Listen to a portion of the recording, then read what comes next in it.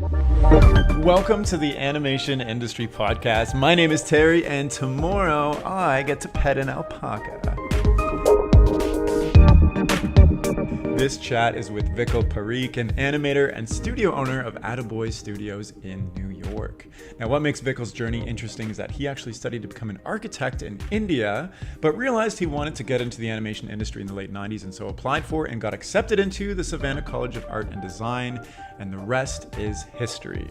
So in our chat, he's going to share how difficult it was to make the trek from India to the US in the early 2000s, plus everything he's learned about starting a studio, successfully pitching commercial clients, keeping relationships going, and how to win projects without compromising on budget.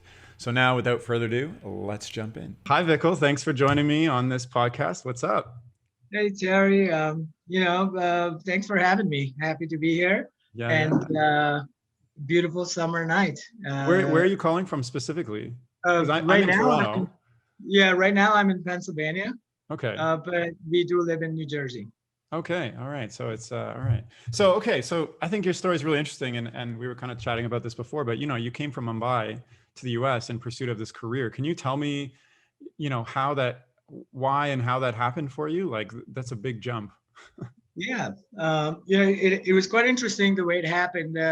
I was practicing architecture back in Mumbai, and after having gone to school for architecture for 5 years and working for a couple of years, 3D visualization was becoming a big part of the architectural design aspect of it. Like everything, people started to use Maya, Max to visualize 3D software, 3D spaces, and they were using the softwares to sort of aid them in getting the right textures, the mood, and also communicating with the client. So I thought that was an interesting niche, and I really did not want to learn more about architecture, but I really wanted to learn about different tools that I could use to actually design spaces, and that was the main goal behind pursuing my MFA at SCAD.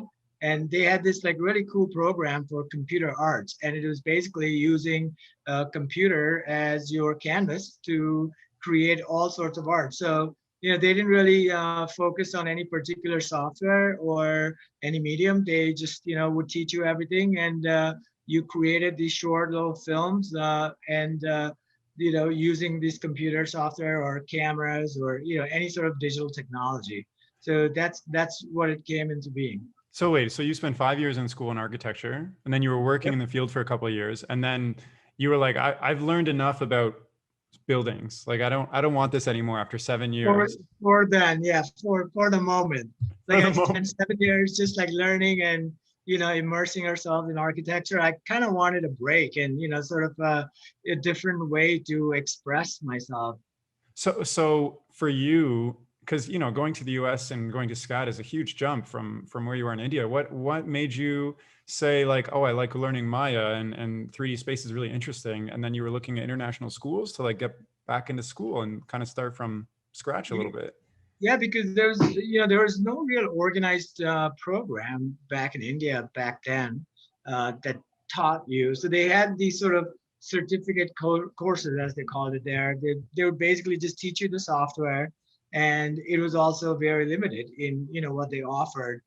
They weren't really teaching you using computer as sort of a tool to create whether it's buildings or art or stories. And I think at that point, like, I felt that this world would definitely open the way I looked at things and played around with form, shape, and spaces. And SCAD for that at that moment had this like really interesting program, which was very open-ended, and I thought I could make use of it to sort of further my knowledge in computer, which sort of seemed like it was inevitable. That's kind of how the world was moving, and this was back in 2000. So you were like looking at the market and the industry and saying, this is like kind of up and coming. I can find success in this area if I pursue it right now. Yeah, exactly. Okay, so it was pretty methodical to make this switch. And did you intend to get into like narrative filmmaking and animation specifically, or just? I totally did not. while at SCAD, I sort of started enjoying the process of telling a story. And I never thought of myself as a filmmaker or, and, even an animator, so to speak. But I started enjoying myself, like uh, expressing myself using, even like a collage in Photoshop, and I felt like that was a very powerful way to sort of, say what I had visually to Yeah. say. And I think that basically took me on a journey and into like experimenting with digital filmmaking or animation, or After Effects or Maya or whatever it is. But just using those softwares, and even as basic as like storyboarding. Like I had no idea what storyboarding was. That you would have to storyboard something. Like I really my upbringing and family, it's completely the only relationship they have to entertainment is like going to a movie hall and watching a movie. We had Yeah. like no filmmakers, so I really didn't know the process. And I think this was my first sort of, dipping my toes into it, and I quite enjoyed it. Nice. So you're already a mature student when you pursued this. So I'm assuming you took it pretty seriously.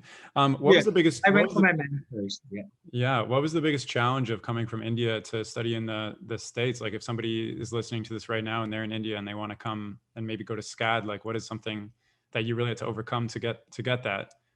Uh, I think it's just the education process. It is pretty self-reliant in the US, whereas in India, I think like traditionally our education process is very structured. And, it has to do with like the British way of, education, and India being a colony, they sort of inherited that education system, and like everything's very structured and they tell you what to do, and you're free to like play within the confines of that. But really not as much. So you knew like, all right, this semester I had these three subjects I was studying, and next semester these were three subjects. Whereas when I came here, I'm like, wait, I could pick my course, like I could do whatever I wanted. And they're like, yeah. And I was like, so how do they know I finished all my courses? And they were like, well, you just get credit, and those credits add up, and you graduate. I was like, wow, that's pretty simple. So I literally just took things that I was very interested in or intrigued in the first couple of semesters. And then after that, I was able to sort of further that, take the advanced course, or, try something new.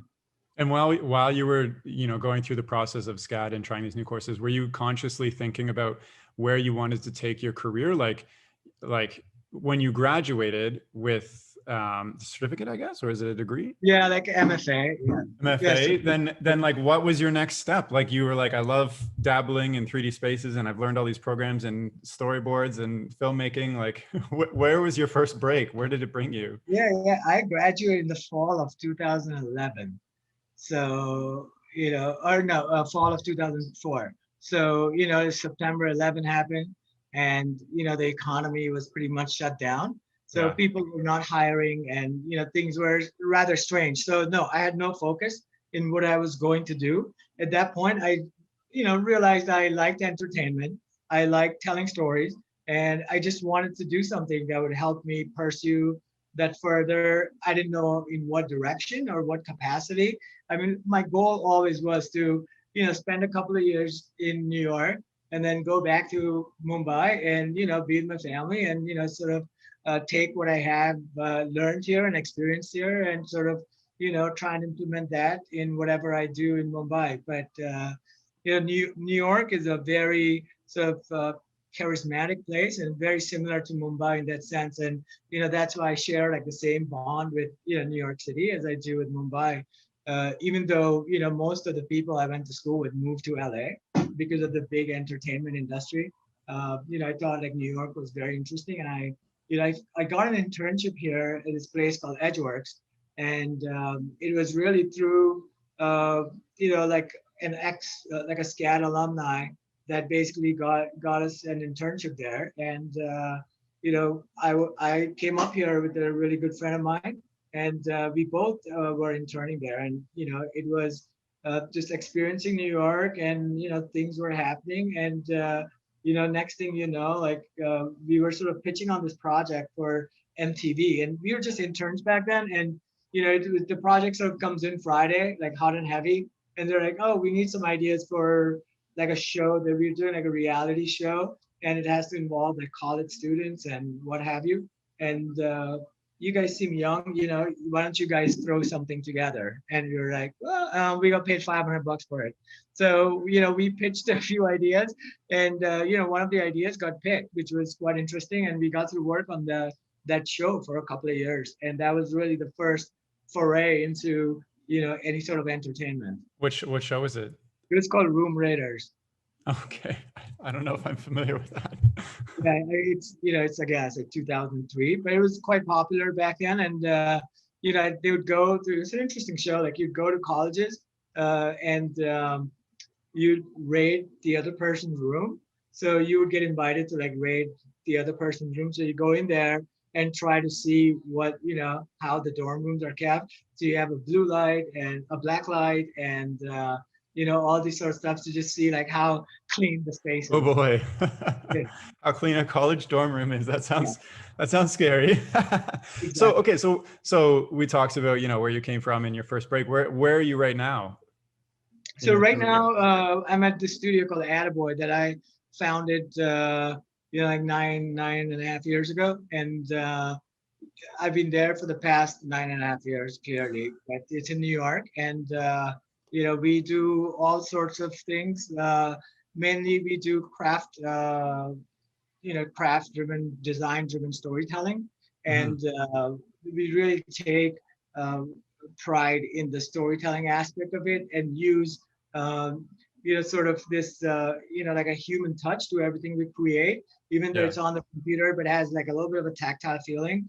Whether it is collage or miniatures or whatever, but we style agnostic, try to see what the final goal is, of the project, and sort of reverse engineer it to, coming up with a concept. And then production is just what happens in between the two. So did you catch the bug when you had to originally pitch that first show that you got $500 for, and then just carry that same mentality through into found your own studio? Like what are the steps in between that enabled you to, stay in this industry and then found your own company?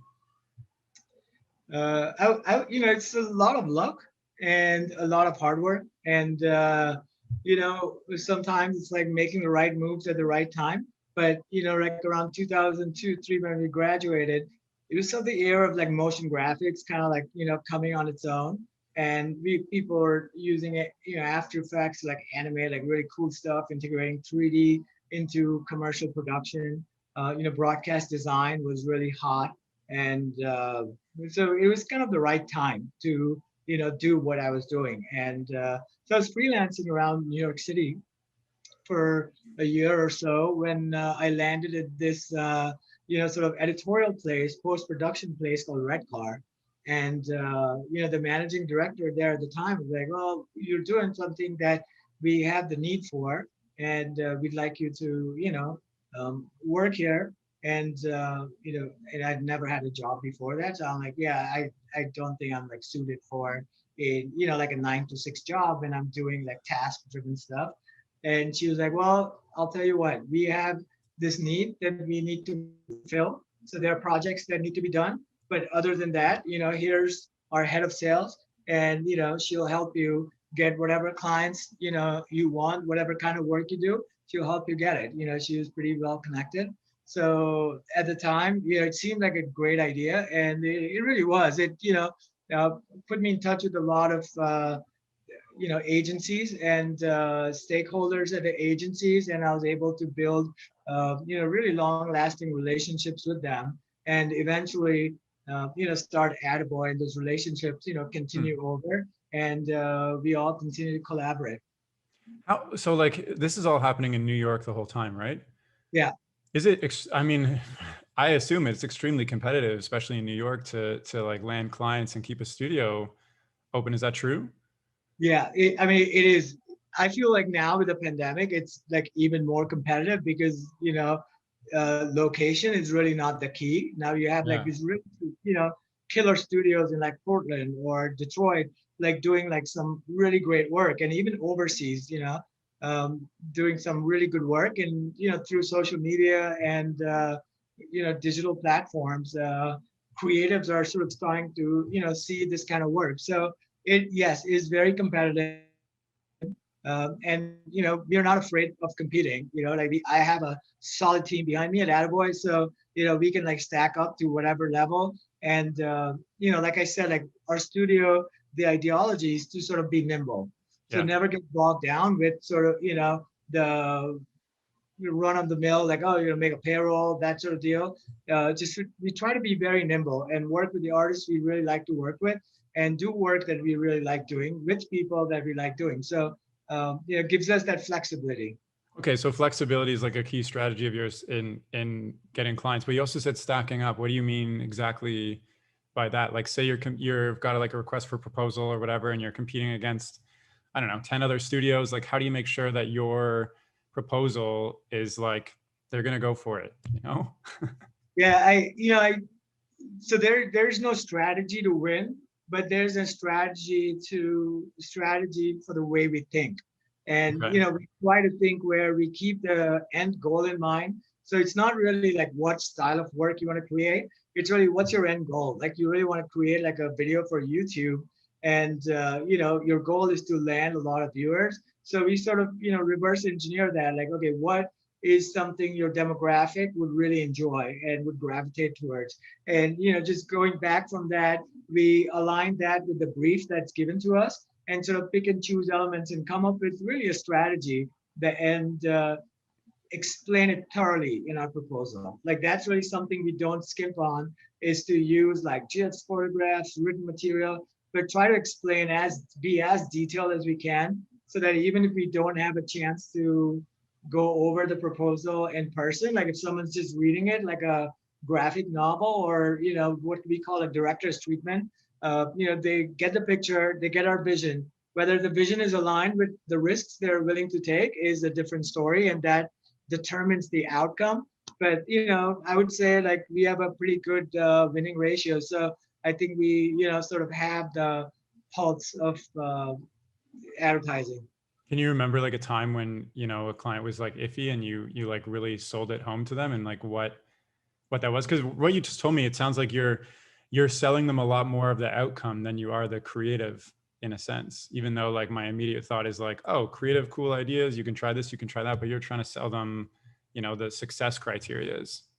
Yeah, I think that's listen, we're in the business of selling. We sell, what I say is we sell product, we sell purpose, or we sell people.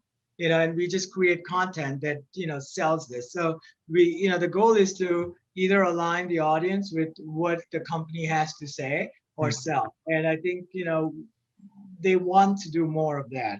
Like they want more people, they want their advertising to be effective. So at the end of the day, the approach that sells that idea the best is the best approach. Now creatively, I mean, so first, to me, creative is very it's a very generic term. Something that's creative to, it's very specific, audience specific. So what a 12-year-old finds creative, 30-year-old is not going to find creative.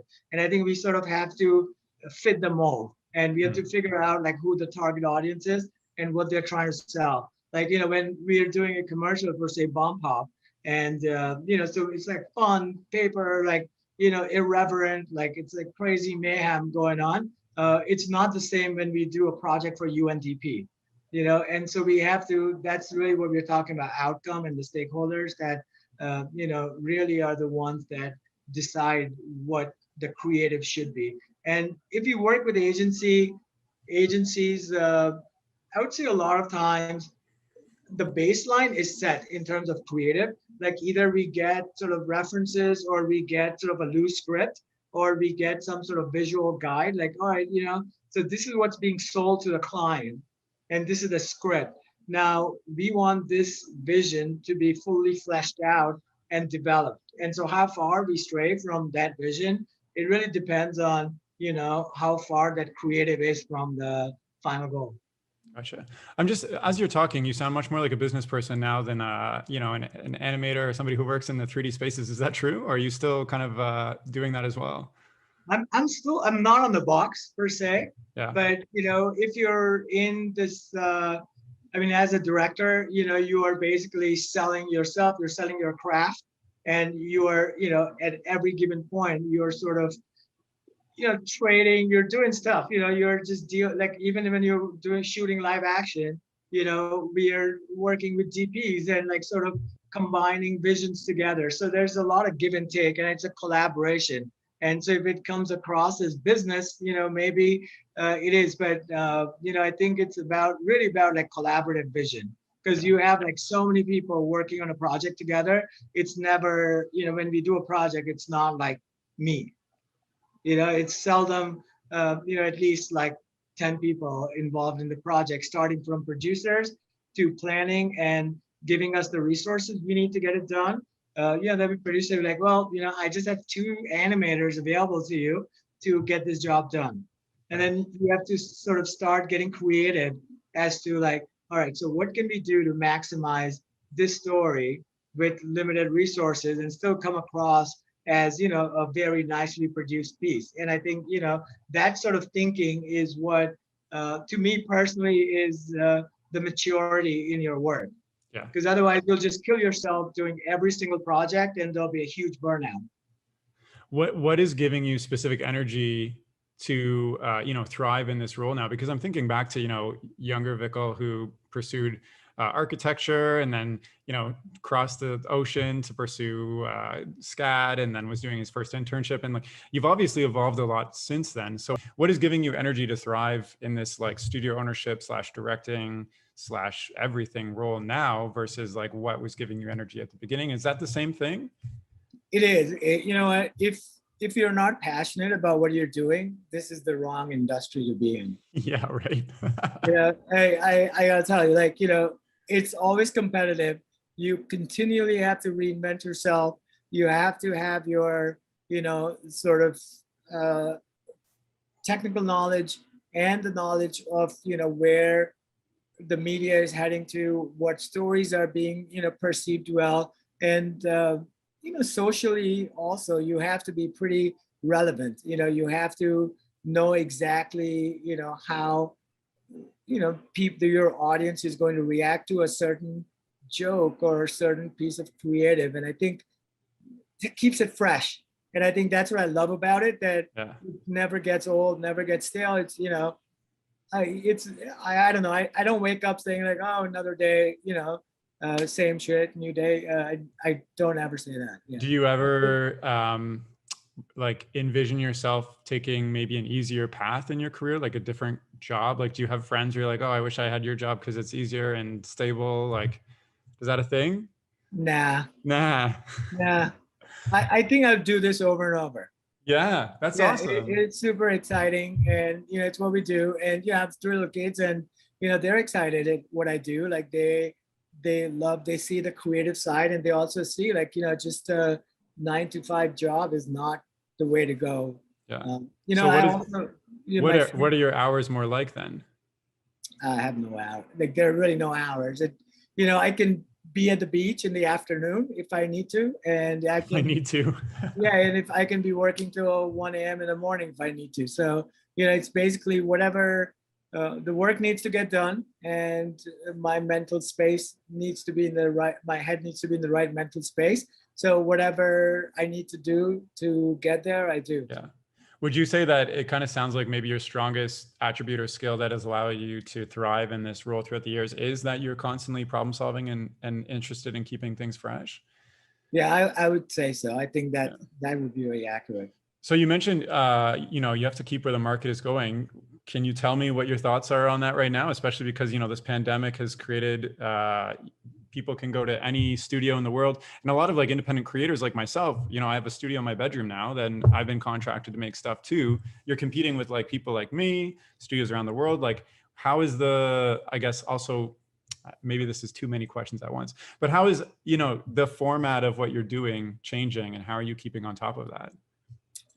The format of what we're doing, has been changing for a while. Like with the advent of social media and advertising on social media and the vertical, phone formats, like obviously that we've sort of, figured that out. The way we sort of keep things fresh, and the different perspective that we bring together as a team is really, our edge. And, as a team collaboratively, we can come up with ideas and solutions that, perhaps a single person may or may not be able to, come about, or might feel like a heavy lift. So, for independent creators, I wouldn't say like we compete. We definitely collaborate with a lot of independent, animators, designers, filmmakers. We collaborate with a lot of them, and they all have their independent, studios, but they also have a strength that they play to. And our goal is to identify that strength and bring that sort of artist or creator on board for a project, for multiple projects, and really give our clients, or do justice to the project in its best possible way. Yeah. So one thing I'm curious about is, there's TikTok and Instagram and YouTube. There's so many like formats and social medias that companies now have to promote on. Are you seeing budgets kind of go down in shorter projects, like to advertise on TikTok, for instance? You need something really quick and ridiculous versus like on TV, where you can do a full like 30-second spot with a huge budget. Like, is that how are you seeing that come into play, I guess, overall in the market? Yeah, I mean, that's definitely happening, and I don't see that going away anywhere. If the creative is interesting, if it serves the purpose for the studio, sometimes it's creative, sometimes it's financial. If it serves the purpose, then we'll sort of undertake that, I would say, journey. But a lot of times, like if we are just competing on price, then, it's really kind of race to the bottom, and we'd rather not sort of indulge in that. So it really, if the vision of the project and the studio vision sort of coincide, then yes, we've done like a lot of projects on like really cutthroat rates and try to do it because the final outcome is what we are interested in. And whether it is like fitting our portfolio or, something that's an itch that we've been, sort of wanted to scratch for a while and be like, all right, we can test the waters with this project and then, make sure that's great. Then, we'll undertake that. So like most of the industry is working for studios and whatnot, but you own a studio, you have for like 9 years, you're kind of, at the forefront of it. Where are you envisioning the studio going itself, like as somebody who is kind of in control of that? Like, are you trying to just maintain, like you said, you're agile and you can stack up and down? Is it maintaining kind of what you have now, or are you specifically trying to dive into some kind of new foray or build it up to be something bigger, or even whatever? I don't know. Yeah, I think our goal is always to build it up to be something bigger. And, we are bigger than we were 9 years ago or 5 years ago, even 3 years ago. So how big were you 9 years ago? How big are you now? We're just 2 people. 2 people. So maybe you're 3 now. No, I'm just kidding. Well, that's relative, but, we are definitely bigger. The goal is to really not change the fabric of the studio as you get bigger. And I think that's really what, to me personally, that's what really matters the most, is that, the spirit, the agile spirit that we have. You could be a team of 100 and still be agile. Like you don't really have to be like 2 or 3 people to be nimble. But I think it's just the way we structure it is what, we want to keep consistent as the studio grows. And, we are growing, we are handling like way more business than we were even like 2 years ago. And I think that, we are with the amount of content that needs to be created, I don't see that slowing down. I think we all have to adapt to new ways of doing things. And, we are. So I'm hoping like in the next 5 years, the studio will be a lot different than it is, but still retain its sort of, quick responsive spirit and be able to undertake projects that, we think align with our vision. Yeah, I guess, sorry, just curious, how many people on average are you in maybe like the last year? So on the roster, we have like 5 directors, and we, including myself. And then at the studio, we have producers, studio assistants, business people, the PR team, and like a host of artists. So we have 4 artists that are, on staff. And then we have at least half a dozen artists that are freelancing depending on the kind of projects that we're working on. Yeah. So it's a team of, maybe like 12, 15 people. Oh, wow. Okay. Because one question I have is, you talked about, keeping it agile, but I'm wondering, how do you build a consistent culture when you're stacking up and down with people, like this is I don't know how to explain this question, I guess, but when somebody joins a team, they feel like they're part of the team and this is kind of the culture of this place, et cetera. Like, is that something as well that you've had to work hard to kind of build and maintain? Scaling Yes, up I and down? think, a lot of people, that's a very important point actually, to maintain that, culture. I think you have to act in a way that reflects that. And, you can tell someone like, this is the culture of the company, but if you work differently, or if the team works differently, then it's just all speak. And, it really doesn't matter. So in, how we work together as a team and how people's concerns are heard, or, the kind of projects we undertake, I think that really matters. And for us, getting that core team of people together and consistent, I think that's important, because we all understand each other's values, and they understand like what the studio stands for, and how easily bored we get with the kind of work we do. So we try to avoid, like, if someone comes to us, be like, oh, I see your project like this, like we want to create something just like that. And so when we make a presentation, we'll make a conscious effort not to make it look like that, and we try to like make it different, just to, try and, be able to keep our, the brain cells working, always innovating, whether it is, how we manage our time, to how we communicate, to how we animate, it really, just like I said, keeping it fresh keeps me going. Yeah, and you mentioned like the core group, so I would assume that's yourself, then the directors and the producer and like those key animators. Is it? I mean, I'm making an assumption here, but are you very slow to bring somebody into that core to make sure that they're the right type of fit in the Yeah, culture? we are. We try not to be that sort of revolving door. Yeah. And people that are there, we try to keep, work consistent. And as you're part of the core team, I'm very possessive of what I call the retained knowledge. And I think that's very important. Like when someone's working at a company, their value is the retained knowledge they carry from project to project, year to year.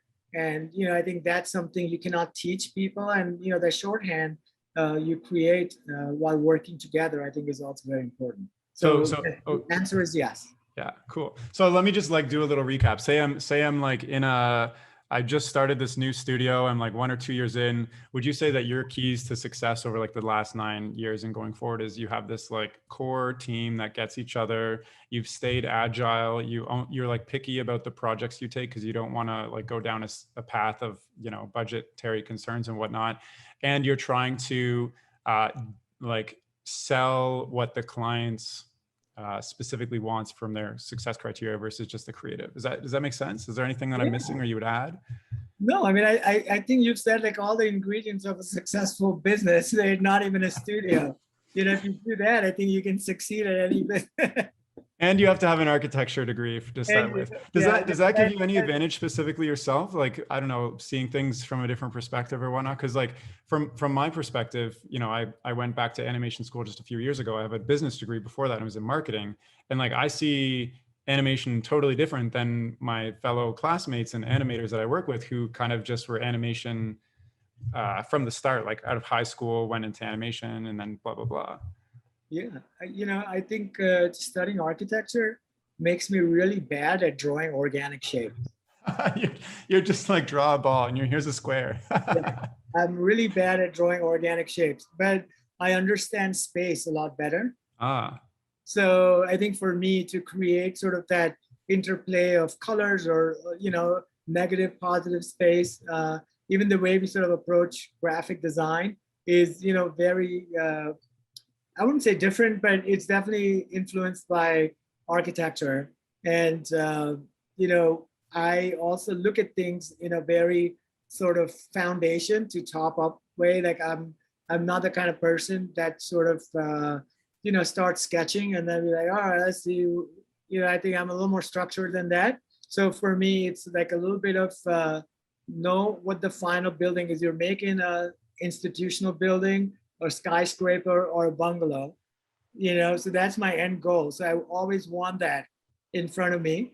And then, I sort of work backwards in terms of design, but then in terms of production, always from foundation, like layout, like a, storyboard, animatic. Like I sort of try to keep that process intact. I love that you're using the principles of your original degree. And it's like, how many years later, like 20 years later or something?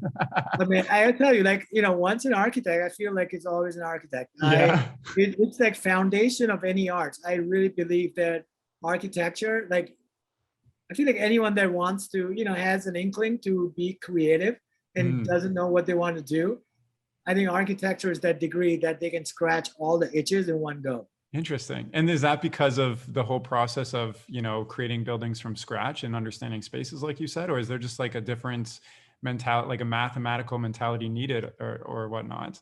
I just think like architecture in general encompasses like so many different, walks of art or art forms or, walks of life that you need to have like you said, like, mathematical or physics, need to be strong, make sure the building stands. Understanding of form and shape is definitely very important. Geometry, sort of comes into play, and color, shape, like that sort of comes into play. And generally, like pop culture also plays a big part in architecture. What a building looks like. So I think you're sort of pulling from so many different things, and sort of creating a building or a space that I think that you sort of are very well-rounded in terms of cultural and design aspect of life. So to me, that sounds like you're talking mostly about like the design of an animation and what it looks like. Does that help in the narrative as well, and the message that you're putting in the ad?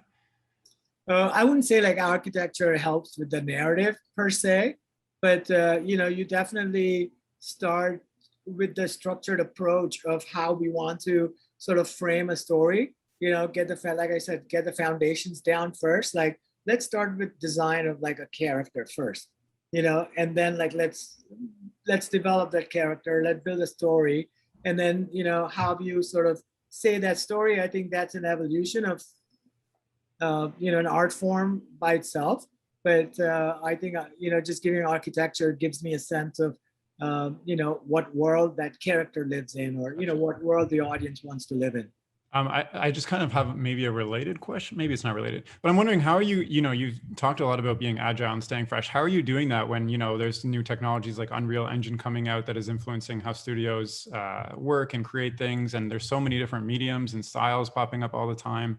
How are you constantly, studying, collecting information, or are you just reaching out to people who know how to do these things and get them to do it? I think it's a little bit of both, like we're not trying to do everything ourselves. For sure. And just connecting with the right people, and conceptually coming with an idea and having a grasp of how things work, and then finding partners to sort of help us make that happen. I think that's really has been our nice. go-to strategy. I feel like I've been grilling you on your studio runs. Hey, I do that every day. Well, what's something fun that's next for you that you can maybe talk about, or like a goal you have that's coming up or something? Our goal, like studio wise, is to really, like you mentioned, like take this Unreal technology and really try to sort of play with it so that we can use it in like mainstream design and production. I know like a lot of people are doing it for filmmaking, but a lot of individual and smaller shops or studios are sort of having a little bit of a harder time like grasping the technology and trying to incorporate that into what they call a pipeline. We want to sort of take that jump and leap ahead and see what's possible with that. So is there anything that I didn't ask you that you maybe want to share or talk about? I don't know. Is there anything that we didn't talk about? I feel like we sort of. Yeah, we covered, your like journey and whatnot. I guess looking back, like what is something you wish you had known earlier on? And because you've had quite the journey, you grew up in India, you took an architecture degree, then you changed, you came over here, you got a random internship, and then, you know, fast forward, now you're running your own company. What do you wish you would have learned or known sooner that is so valuable to you now? Um, It could even just be like personality wise or something like a life lesson or something. yeah, I think a life lesson is like patience. Patience. Yeah. Patience. Yeah. I think, just like a younger self wanted everything to get done now, faster.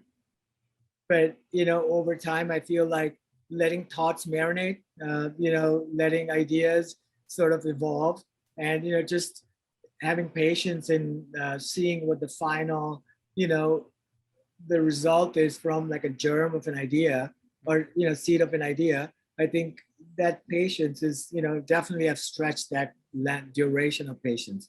Do you think you would be at a different place now if you had that patience when you were younger, when you were trying to do everything at once? Maybe maybe I think I would have thought of things a little differently. Obviously we've stumbled a lot of times and we've learned, Yeah. but we're, like I said, being like nimble helps us get back on our feet and catch up. So, maybe less stumbling, uh, You're just patient and a little bit. more like walking and running. But, I think, yes, I definitely feel like, if I was a little patient self earlier in my life, Yeah. I think I would have sort of, thought through a lot of things that I just jumped into and, learned it the hard way. Can you think of an example, like you said, to let an idea germinate? Can you think of I'm trying to think of one myself. Can you think of an example where you let that happen? It was because you were patient that it ended up in a much better place? Um, I can't really like pinpoint some like a particular instance, but like just in terms of, say like the growth of the company. Mm. I mean, there are two ways to go about it, right? Like one way is to like, all right, let's just, go for it. Like this is the vision, and let's just go fast forward, and let's just grow this into the company I really want to grow. Like borrow money and figure out how to do this. And the other way that I feel like more satisfied is to let it grow. Sort of let things fall into place and finding the right key partners that can actually Yeah. help us get there. And Right. that's more of a stable sort of, and it's not like a house of cards that can collapse anytime. Like I can sleep well at night. I know like everyone that works at Ataboy is, for example, like when the pandemic hit, because of sort of this sort of structured, thought out growth, we weren't like, oh crap, like if we don't hit this billing, like what are we going to do? We were able to take a seat back and be like, guys, we're okay. If this goes on for 6 months, we're still okay. And so I think like that stability and, that sort of peace of mind helps us think better and, helps me sleep at night. I think that's an important point too. As you're saying, like finding the right person is super important, because if you know what you want to do, but you rush into it with the wrong person, it can derail things and whatnot. So yeah. 100%. Yeah. Yeah. So I guess we've chatted about a lot. Is there anything else that you wanted to share? Maybe as we're wrapping up. No, I think, one thing for like younger artists like these days, I feel, just I would say like, don't be discouraged, like just keep on doing what you do and, you'll eventually find your niche. Yeah. And I think you only get better by doing stuff like that was my, philosophy is that, like when you start out being a director, like you're like, okay, I don't have 20 spots under my belt that someone can hire me. Right. Yeah. So I have to start somewhere, and you just start somewhere. So we, worked with a lot of nonprofits. Oh, And, interesting. we said, okay, listen, this is our goal. Like I want to be able to direct stuff because I think I can successfully. Big brands are not going to give me the opportunity because I haven't proven myself. So we, at the, early life of the studio was a lot of nonprofit work, is because I would personally reach out to them and, was able to be like, hey, we'd love to collaborate. Here's sort of what we can do. And we found like some fantastic partners that we continue to work with till date. I haven't heard that before, and that's quite interesting to me. So in the beginning, when you were like, big brands aren't going to work with you because who are you and what have you done? And nonprofits, they're a lot of them are looking for people to work with because they don't have the same opportunities that big brands do. Right. So I guess you purposely reached out to them saying like, let's do more of a collaborative thing where we can create something at the caliber that we want to for kind of the budget that you have. So you're putting a lot more work into it personally, I guess, to get the stepping stones up. Exactly. And then at the end of the day, we have this sort of meaningful story that, you said, the other way a lot of people approach it is doing music videos. Right. But to me, like, I think in a music video, the opportunity to tell a meaningful story, I mean, obviously there is like immense opportunity, but, for me, like if I was telling a story to promote a purpose or a goal or a cause, and, I was not making money, but at least I knew that, I was promoting awareness and, helping something for a greater good, as opposed to, you're definitely helping musicians promote their music, but it's not the same as, help working with care and trying to, help them sort of come up with content that would, have sort of a wider audience. Oh, that's so cool. I've heard the music video thing before. I've never heard of nonprofits. I think that's really great. Cause I've talked to studios who are at the very beginning of their formation, and, the hardest thing is to get clients, and they're cold calling every single studio and agency and brand to, get on the roster and whatnot. But the nonprofit thing seems like a pretty interesting strategy there. So yeah, I think it's easy too. Like they love, and like people that are working in nonprofits, like obviously, have a conscience and they understand like what the end goal is. So I really think like working with them too, like is a lot of fun. Like they're very honest people, and there's not a lot of, name dropping or whatever. They really like, once they trust you, they definitely trust you and they take your lead on it. And, that it was really fulfilling experience actually working with a lot of nonprofits. Oh, cool. I'm glad you shared that because I found that really interesting. Cool. Is there anything else that you think would be great to share? No, I think, that's it. Keep on going and follow Ataboy on Instagram, Facebook, spread the good word. Yeah.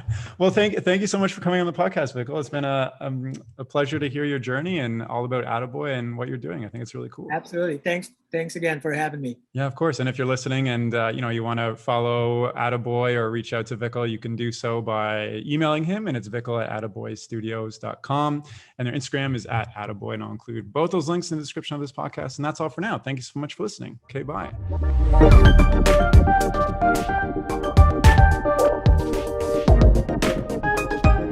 The music for this podcast was composed by Will Farmer and the graphics by Daniel Abensauer.